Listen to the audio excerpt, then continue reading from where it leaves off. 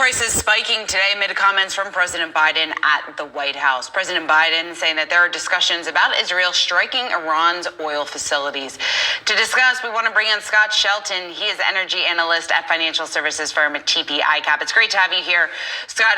As we take a look at the price of oil, once again spiking today. Again, we're just getting those headlines from a commentary here from President Biden. You're looking at crude now above $76 a barrel, crude at $73 a barrel. You have Brent at $76 a barrel. Scott, what does that upside look like? We've been hearing more and more talk about $100 a barrel oil. Is that realistic?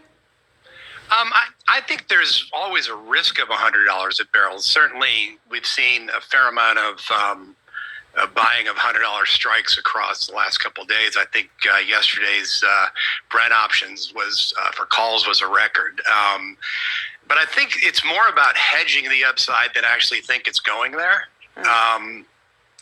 Certainly when you talk to the oil traders, they see a ton of spare capacity available. I think Saudi Arabia's got 3 million barrels. UAE has 1.5 million barrels.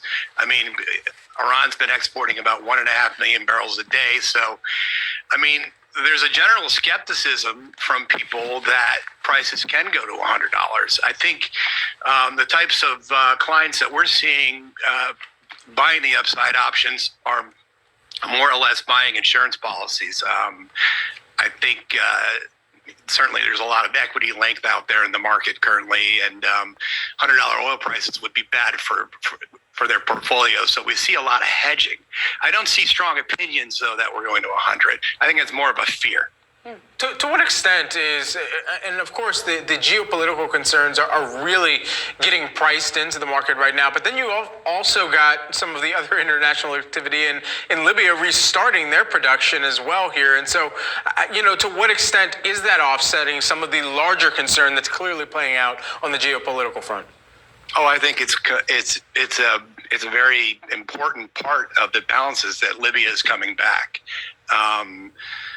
We run numbers for what inventories are going to do in the fourth quarter. And before Libya came back, we had draws, which would bring us down to perilously low levels. And I think by adding Libya back, those draws are now gone and we have small builds. So certainly it's important.